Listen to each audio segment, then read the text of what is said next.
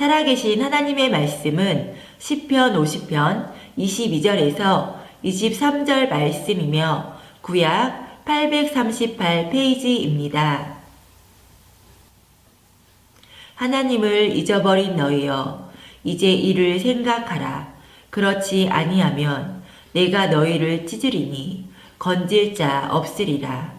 감사로 제사를 드리는 자가 나를 영화롭게 하나니 그의 행위를 옳게 하는 자에게 내가 하나님의 구원을 보이리라. 아멘. 이어지는 순서는 생명의 말씀 시간입니다. 우리 목사님께서 하나님께서 기뻐하시는 것이라는 제목으로 선포하시는 말씀에 아멘하여 큰 은혜 받으시기 바랍니다. 정치하는 사람들도 경제계에 있는 사람들도 스포츠 교육계를 막론하고 다 어려운 것 같습니다. 어제는 촛불 시위로 광화문 앞에 한 100만 명 정도 모였다는 거예요. 100만이라는 숫자가 얼마나 많은 숫자인지 아세요? 옛날에 우리나라 여의도에 그 광장이 있었거든요. 5.16 광장이라고. 거기에 꽉 차면 100만 명이 되거든요. 그러면은 사실 광화문 앞에 100만 명이 모인다는 것은 거의 불가능한데, 무슨 소리냐면은 광화문 중앙청 앞에서부터 해가지고 을지로, 태계로, 그 다음에 시청, 또 서울역 쪽으로 해서 이 모든 대로가 다 막혔다는 얘기, 꽉 찼다는 얘기죠. 한 사람의 좋지 못한 영향력으로 해서 대통령이 얼마나 힘들겠어요. 그리고 정치하는 사람도 얼마나 힘들겠어요. 거기에 반해서 북한이나 주변 나라에서는 얼마나 더 걱정하겠습니까? 무엇보다도 우리 믿는 성도들은 정말 이 나라 민족을 불쌍히 여겨달라고 하나님 앞에 기도해야 될 것이고, 대통령도 불쌍히 여김을 입어야 됩니다. 직함이 대통령이지 하나님 앞에서는 길 잃은 한 마리 양과 같은 사람이거든요. 그리고 촛불을 든 사람이나 또 촛불 시위 가운데서 하야하라 퇴진하라고 또 이렇게 명함을 받은 또 이런 사람들도 얼마나 힘들겠습니까? 아무튼 이 촛불이 정말 기도의 불길이 되고 성령의 불길이 되어서 1907년 장대현 교회에서 있었던 그 사건이 다시 한번 이 나라 민족이 성령으로 새롭게 되고 하나님의 은혜가 강물처럼 넘칠거리는 복 있는 민족이 되기를 정말 이 아침에 간절히 소망해 봅니다. 여러분도 잘 아시다시피 지난 주간에는 또 미국의 대통령 선거가 있었습니다. 미국 역사상 선거 중에서 가장 후보자를 선택하기 어려운 선거였는데 트럼프가 힐러리를 누르고 제45대 미국 대통령으로 당선되었습니다. 트럼프의 수많은 연물설과 또 막말 파문이 있었음에도 불구하고 투기의 뻔뻔함과 뚝심으로 미국인들의 지지를 받아서 결국은 당선하였습니다.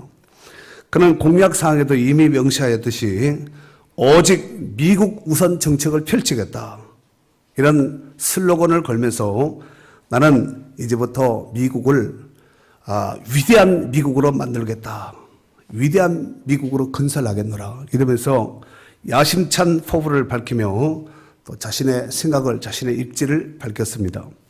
특별히 그가 당선될 수 있게 한 1등 공신으로 역할을 한 자들이 있습니다. 물론 측근이나 가족은 말할 것도 없고 바로 복음주의 계열의 목회자들의 많은 지지를 받아서 당선되었다는 것입니다. 경선으로 붙었던 힐러리 클린턴은 공약사항으로 오바마, 지금 현재 미국 대통령은 오바마입니다. 오바마 대통령의 정치 이념을 그대로 수용해서 이제 이어가겠다는 포부와 함께 오바마가 지향했던 동성애 결혼 합법화, 그 다음에 낙태 지지, 그 다음에 친이슬람 법안, 이런 것들을 추진하는 이런 악법을 주장함으로써 우리나라도 얼마 전에 동성애 받아들여라 하면서 얼마나 압력을 넣고 그런 경우가 있지 않았습니까? 하지만 트럼프는 동성애 지지 처리하고 또 무분별한 낙태 금지, 또 친이슬람 법안 철회 등을 주장하며 개인적으로는 여러 가지 연문설과 흠도 많았지만 그래도 정당 차원에선 공화당이 비교적으로 기독교적인 가치관에 가깝다고 본 것이 전문 분석가들의 견해입니다. 아무튼 미국은 새로운 건설을 위하여서 또 트럼프를 선택했고 트럼프는 이제 선임을 받아서 당선되었습니다. 영적으로 볼 때 우리가 이것을 적용해 보면은 예수 그리스도는 하나님 나라 건설을 위하여서 택장함을 입은 메시아로서 이 땅에 오셔서 십자가로 그 길을 활짝 열어놓으신 줄로 믿습니다. 그리고 우리도 오늘날 복음 전파의 그 걸어간 사명을 잘 감당하라고 그 반열에 세워준 줄 믿습니다. 아무튼 그 사명을 주님 다시 오실 때까지 온전히 잘 감당하는 축복된 성도들이 될 수 있기를 주의 이름으로 축원합니다. 오늘 본문은 다윗 시대에 성가대장인 아사합이라는 사람이 오늘 이제 본시를 기록하면서 그 시대에 살아가던 백성들에게 여호와 하나님께 어떤 자세로 어떤 모습으로 하나님 앞에 예배하고 또 감사해야 될 것인가 여기에 대해서 아주 적나라하게 잘 소개해 놓고 있습니다. 저는 오늘 본문을 통해서 하나님이 기뻐하시는 것이라는 주제로 말씀을 전파할 때 여러분에게 큰 은혜가 되는 귀한 시간이 될 수 있기를 주의 이름으로 축원합니다. 특별히 다음 주일은 추수감사주일이 있는 주간입니다. 그래서 우리가 무엇을 감사하고 또 어떻게 감사해야 될지 오늘 말씀을 들으면서 잘 상고하셔서 또 하나님이 기뻐하시는 영광 받으시는 이런 감사절로 잘 준비될 수 있기를 바랍니다. 우리가 성경에 보면은 하나님께서 기뻐하시는 것들이 참 많습니다. 그죠? 하나님이 기뻐하는 거, 예배자 기뻐하고, 전도자 기뻐하고, 기도하는 사람 기뻐하고, 구워주고, 나눠주고, 베푸는 사람 기뻐하고, 순종하는 사람 기뻐하고, 그렇지요. 여러 가지 하나님께서 기뻐하는 것들이 참으로 많습니다. 그 중에서 오늘 본문은 첫 번째로 하나님을 잊지 말 것을 권면하고 있습니다. 우리 한번 다 같이 22절에 있는 말씀을 다 같이 오늘 본문에요 읽도록 하겠습니다. 하나님을 시작. 하나님을 잊어버린 너희여 이제 이를 생각하라. 그렇지 아니하면 내가 너희를 찢으리니 건질 자 없으리라. 아멘. 자, 어떤 자에게 하나님께서 찢고 건질 자 없으리라고 말씀하셨죠? 하나님을 잃어버린 자. 여러분, 하나님을 잊어버렸다. 잃어버리면은 결국은 하나님을 떠나서 우상을 숭배할 수밖에 없습니다. 결국 오늘 본문에 그런 사람들은 하나님이 찢어서 위기 때에 건질 자가 없게 만들겠다. 이렇게 하나님께서 말씀하셨습니다. 여기서 찢는다는 것은 맹수가 마치 먹잇감을 움켜잡고 입에 물고 그렇죠. 발톱으로 아주 갈기갈기 찢는 것을 일컬어는 비유의 표현인데 하나님을 잊어버린 자에게는 하나님의 진노가 그만큼 엄중하게 선포된다는 것입니다. 사실 이스라엘의 역사적으로 볼 때 출애굽 시 이스라엘 백성들은 이제 잘 나갈 때 그들이 나름대로 좀 형통할 때는 수시로 하나님을 대적도 하고 불순종도 하고 그렇죠. 잘 잊어버렸습니다. 하지만 모세는 장차 가나안 땅에 입성할 출애굽 시대의 사람들에게 이렇게 권면하곤 했습니다. 신명기 4장 23절에 보면은 너희는 스스로 삼가 너희 하나님 여호와께서 너희와 세우신 언약을 잊지 말고 무엇을 잊지 말라고요? 언약을 잊지 말고 또 신명기 6장 12절에 보면은 너는 조심하여 너를 애굽 땅 종되었던 집에서 인도하여 내신 여호와를 잊지 말고 누구를 잊지 말라고요? 여호와를 어떻게 하라고요? 잊지 말라는 것입니다. 신명기 9장 7절에 보면은 너는 광야에서 내 하나님 여호와를 경노하게 하던 일을 잊지 말고 기억하라. 이렇게 말씀하고 있습니다. 사랑하는 성도 여러분, 이스라엘 백성들이 가나안 땅에 입성한 이후에 이제 여호수아 뒤에 지도자가 없습니다. 결국은 이제 긴 세월 동안 사사시대를 만나게 됩니다. 그런데 이 사사시대의 공통적인 특징이 있습니다. 그것이 뭐냐면은 어려울 때는 하나님 앞에 부르짖고 하나님을 찾다가 등 따시고 배부를 때는 금방 하나님을 등지고 하나님을 잊어버렸다는 것입니다. 결국 그런 말미암아서 그들에게 임한 것은 끊임없는 징계와 고통의 사이클이 계속해서 반복적으로 돌아갈 뿐이었습니다. 그렇다면 오늘날 우리가 잊지 말아야 될 것은 과연 무엇일까? 그 시대는 그런 시대였는데 지금 21세기를 살아가는 우리는 과연 하나님 앞에 잊지 말아야 될 것이 무엇인가? 몇 가지로 살펴본다면은 첫 번째, 하나님의 은혜를 잊지 말아야 됩니다.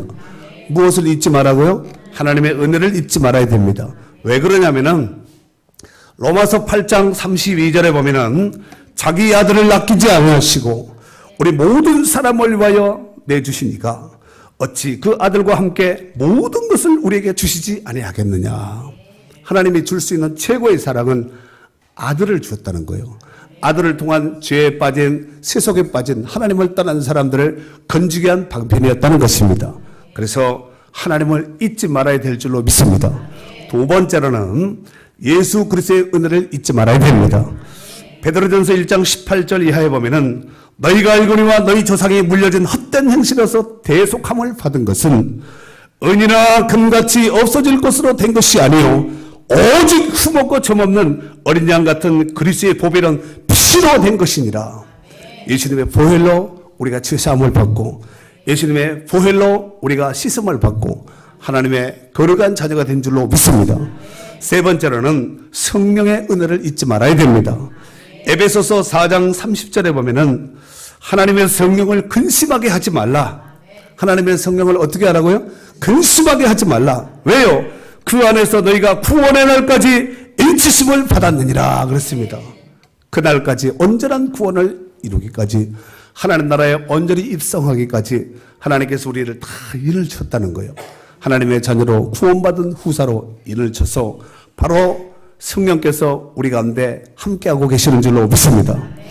이사야 49장 15절 이하에 보면은 여인이 어찌 그 젖 먹는 자식을 잊겠으며 자기 태에서 난 아들 긍휼히 여기지 않겠느냐. 그들은 혹시 잊을지라도 나는 너를 잊지 아니할 것이라. 내가 너를 내 손바닥에 새겼고 너의 성벽에 항상 내 앞에 있나니. 그렇습니다. 여러분, 내 속으로 난 자식이라 할지라도 새끼라 할지라도 여러분 그 부모가 자식을 버리는 경우도 있습니다. 버리지 말아야 되는데 세상에는 이런 것들이 가능합니다. 말도 안 되는 이런 소리 같은 것이 가능하다는 것입니다. 하지만 그들은 혹시 잊을지라도 나는 너를 잊지 아니할 것이라. 하나님이 기억하시고 하나님이 알아주시는 복 있는 성도라는 거예요. 아, 참 감사하죠. 이런 하나님 앞에 감사 박수 한번 치겠어요. 사랑하는 성도 여러분, 이런 특별한 은혜를 입은 우리가 하나님의 거룩한 자녀가 되었는데 어떻게 그 하나님의 은혜를 잊을 수가 있겠습니까?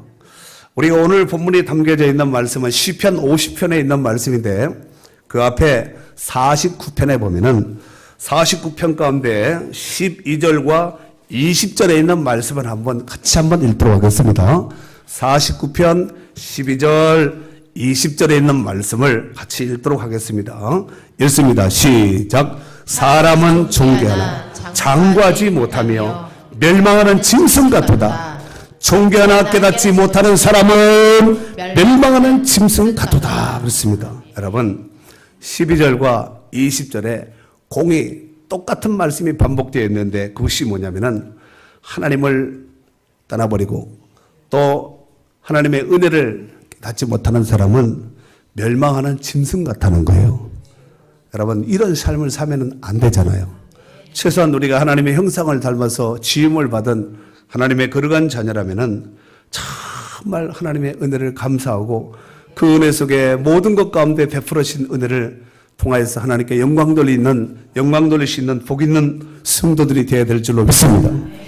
우리가 찬송가 304장, 옛날 찬송가 404장에 보면은 그 크신 하나님의 사랑이 있지요.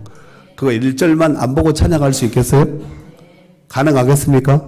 한번 보겠어요. 시작.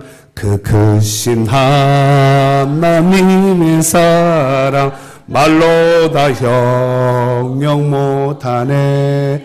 저 높고 높은 별을 넘어 이 낮고 낮은 땅 위에 죄범한 영혼 구하려 그 아들 보내사 화목제물 삼으시고 죄 용서하셨네.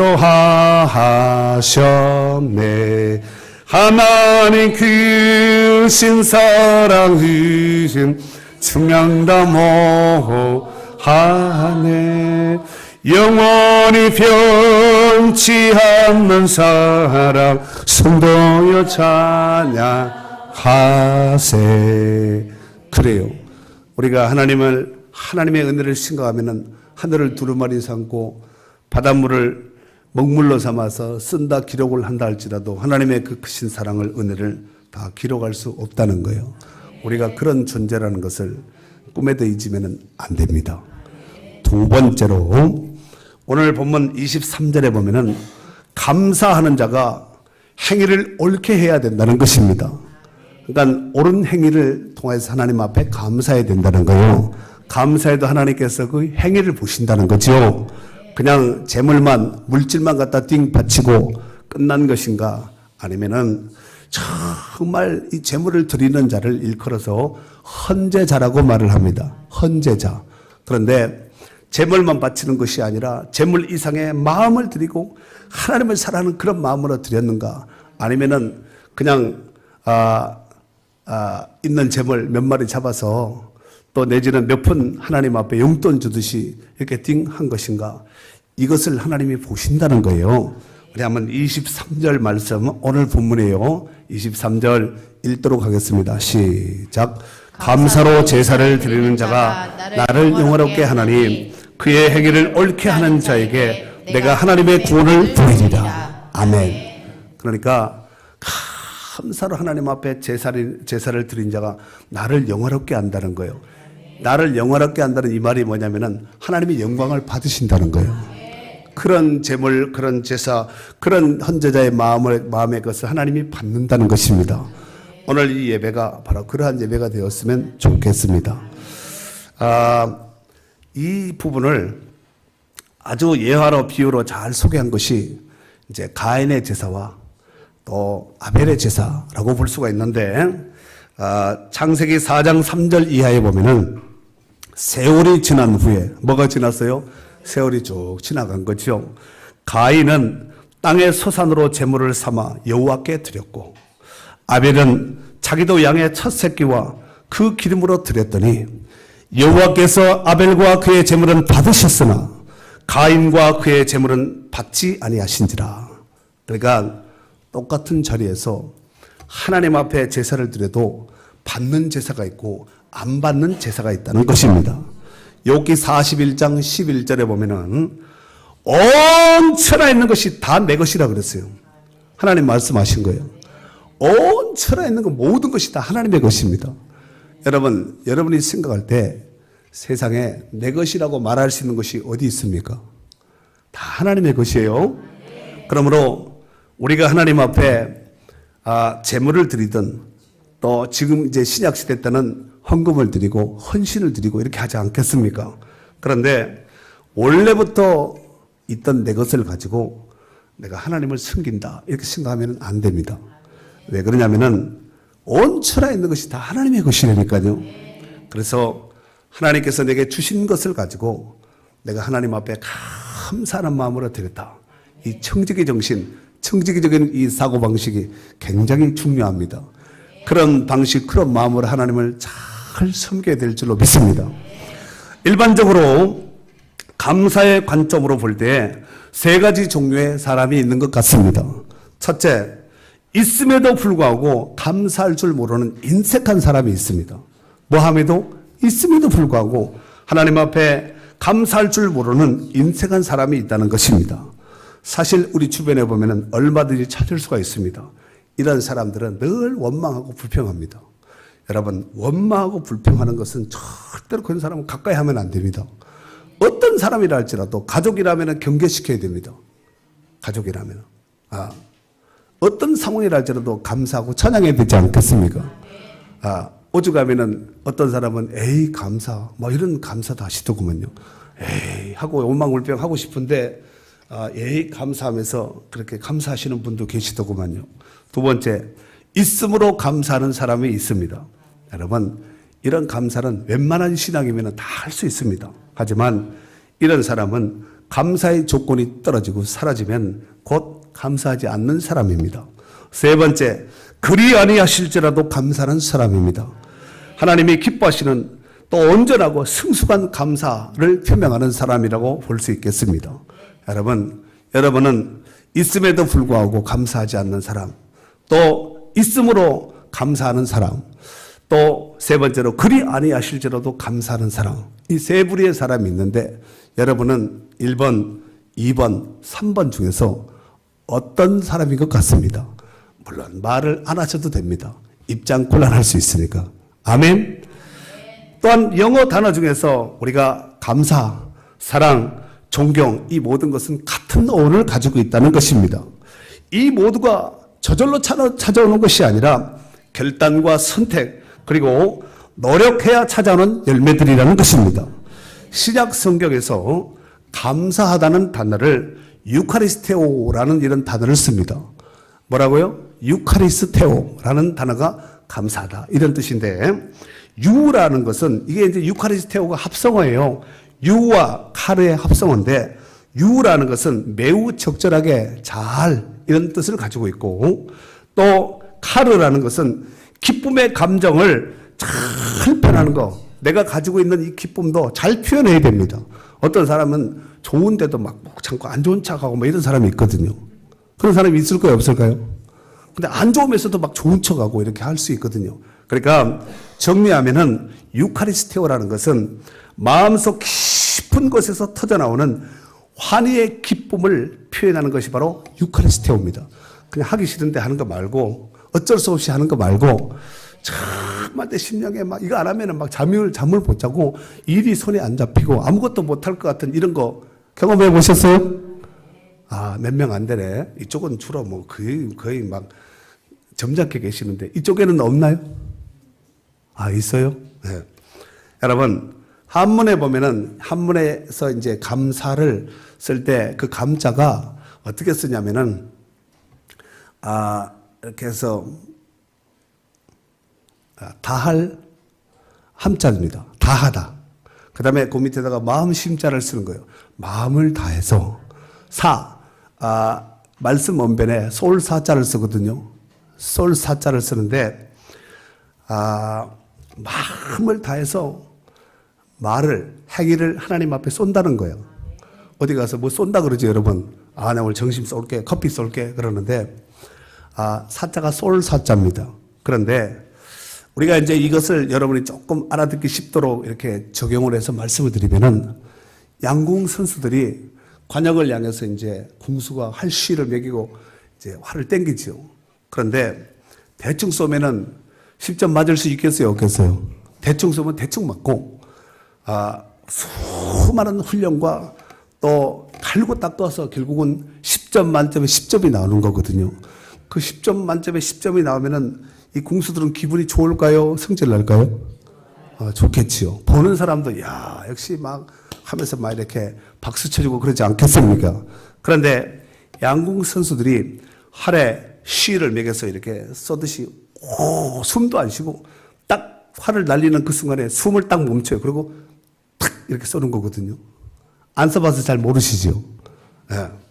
그런데 정말 우리 내면에 깊은 곳에서 흘러나오는 이런 마음의 표현, 막 터져나오는 이런 기쁨으로 하나님 앞에 드리는 것이 진정한 감사라는 거예요. 이해가 되시죠? 예, 제가 목회하면서 입버릇처럼 늘 하는 감사에 대해서 입버릇처럼 늘 하는 말이 있습니다. 그것이 뭐냐면은 감사는 발견한 자가 누리는 하나님의 어마어마한 축복이다. 아까 일부 예배 때는 이거 거꾸로 막 뒤집어서 말씀하시는 분이 있는데 한 번 더 제가 말씀드리고 여러분만 하는 거예요. 아시겠죠? 그러니까 지금 잘 들으셔야 돼요. 감사란 제가 이제 그렇게 표현을 하고 말을 만들었는데 감사란 정말 발견한 자가 누리는 하나님의 어마어마한 축복이라고 이렇게 볼 수 있습니다. 한번 해보세요. 여러분만 해보세요. 시작. 감사는 하나님의 2부에 예배 참석하신 분들이 1부 보다가 한눈금 낳는 것 같네. 네. 감사는 발견한 자가 누리는 하나님의 어마어마한 축복이거든요. 이 말을 거꾸로 뒤집으면은 발견하지 못하면은 감사할 수도 없습니다. 그게 무슨 감사의 조건이 될 수가 있냐. 오히려 원망불평할 수밖에 없습니다. 그럼 공감하시지요? 사랑하는 성도 여러분, 하나님이 기뻐하시는 제사는 과연 어떤 제사일까요? 그저 짐승 몇 마리 잡아놓고 자기 할 도리 다 했다고 생각하는 이런 사람이 아니라 온 삶을 통하여서 하나님을 기쁘시게 하며 그 하나님을 의식하면서 우리의 삶을 통하여서 하나님 앞에 거룩한 산제사를 드리는 이 사람, 이 예배를, 이 헌제자를 하나님이 기뻐하신다는 것입니다. 로마서 12장 1절에 보면은 그러므로 형제들아 내가 하나님의 모든 자비하심으로 너희를 권하노니 너희 몸을 하나님이 기뻐하시는 거룩한 산 제물로 드리라. 이는 너희가 드릴 영적 예배니라 그랬습니다.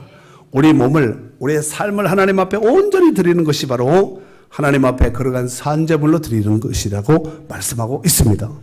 요한복음 4장 23절 이하에 보면은 아버지께 참되게 예배하는 자들은 영과 진리로 예배할 때가 오나니 곧 이때라. 아버지께서는 자기에게 이렇게 예배하는 자들을 찾으시니라. 하나님은 여기시니 예배하는 자가 영과 진리로 예배할지니라 그랬습니다. 하나님은 영과 진리로 예배하는 이런 예배를 찾아오신다는 거예요. 환영하고 기뻐하고 그 예배를 하나님이 받으신다는 거예요. 오늘 또 우리가 드려지는 이 예배 시간 정말 이런 예배자요 또 이런 영광이 될 수 있기를 주의 이름으로 축원합니다. 사랑하는 성도 여러분, 이제 다가올 추수감사주일을 앞두고 우리가 이제 작년에 이어서 추수감사주일 시에 작년에도 김장과 함께 또 쌀을 여러분들이 이제 미리 헌금을 해서 추수감사주일날 이렇게 이제 들어온 이 쌀을 가지고 또 어려운 이웃에게 우리가 읍사무소 복직에 이제 반을 주고 여기서 반은 읍사무소로 갈 거고 뭐 종교 상황 뭐 조건 따지지 말고 필요한 사람을 제가 주라고 읍장님한테 지난번에 만나서 말씀을 드렸습니다. 그래서 읍장님이 아마 복직에 있는 직원에게 아마 부탁을 해놨을 거예요. 그리고 반은 또 우리 주변에 있는 우리가 이제 직접 김장과 함께 또 이렇게 쌀을 직접 차에 실어서 잠바 입고 또 이렇게 돌릴 건데, 문제는 우리가 이제 사실 추수감사주일날 헌금으로 한다 그랬잖아요. 근데 추수감사주일날 만약에 여러분이 헌금한 것을 가지고, 만약에 우리가 추수감사주일날 예배하면은 그때 헌금을 하면은 추수감사주일날 이 강단이 설렁할 수가 있습니다. 그죠? 그리고 이 쌀이 여기까지 오기까지는, 제가 아시는 우리 농협의 어르신이 10월 말까지 하면은 가격이 싸고 11월 달이 되면은 가격이 오른다는 거예요. 여러분 똑같은 쌀인데 오른 가격으로 사버리면은 기분이 좋을까요? 안 좋을까요? 그래서 안 좋을 줄 알고 제가 10월 말에 10월 31일 마지막 날에 제가 전화를 해서, 왜냐하면 하루 사이에 올라버리면 안 되잖아요. 그래서 전화를 해서 우리에게 쌀 보내주세요 해서 미국 처리장에서 직접 봐가지고 이게 추정입니다. 추정 쌀이라 하면은 모르시는 분도 있어요. 우리가 이제 쉽게 여러분이 알아들을 수 있도록 표현하면은 아끼바리. 쌀 중에 여하튼 농업에서 나는 쌀 중에 최고 좋은 쌀. 그래서 우리가 이제 쌀을 해서 또 11월 첫 번째 주일, 오늘이 두 번째 주일이죠. 그리고 다음 주에 이제 세 번째 주일 해가지고 가족별로 또 자녀들별로 또 해서 최선을 다해서 이렇게 헌금을 해달라고, 추수감사주일 헌금을 미리 해달라고 제가 말씀을 드려서 이렇게 이제 미리 하신 분도 있고 또 오늘 하신 분도 있고 또 이제 앞으로 다음 주일날도 하신 분도 있을 텐데, 이제 다음 주에 다가올 이 추수감사주일을 앞두고 우리에게 베푸신 은혜를 잘 한번 헤아려 보셔야 됩니다. 오늘 여기 보니까 22절에 하나님을 잊어버린 너희요. 하나님을 잊어버리면은 결국은 하나님이 아니라 우상을 숨기고 원망불평할 수밖에 없습니다. 감사, 찬양, 영광 돌려야 되는데 원망불평할 수밖에 없습니다. 그래서 결국은 하나님이 찢어버린다는 거예요. 건질 자가 없게 만들어버리겠다는 거예요. 그리고 23절, 감사로 제사를 드린 자가 나를 영화롭게 하는, 내게 영광을 돌리는 자니 그의 행위를 옳게 하는 자에게 내가 하나님의 구원을 보이리라. 그래서 헌재자의 마음도 중요하고 드려지는 채물도 중요하지만 헌재자의 마음이 더 중요하다는 거예요. 여러분, 천하에 있는 것 다 하나님의 것이에요. 하나님이 우리가 헌금을 안 하고 재물을 안 가져오면은 하나님 뭔가 부족한 것처럼 이렇게 착각하시면 안 됩니다. 이 모든 누리고 있는 것이 다 하나님의 것이에요.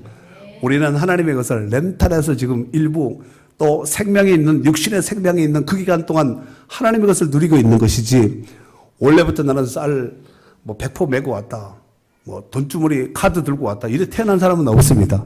다 모든 것이 하나님께서 주신 것이고 우리에게 구원은 그냥 공짜로 얻어진 것이 아니라 우리 하나님의 값비싼 대가를 지불한 그 결과인 줄로 믿습니다.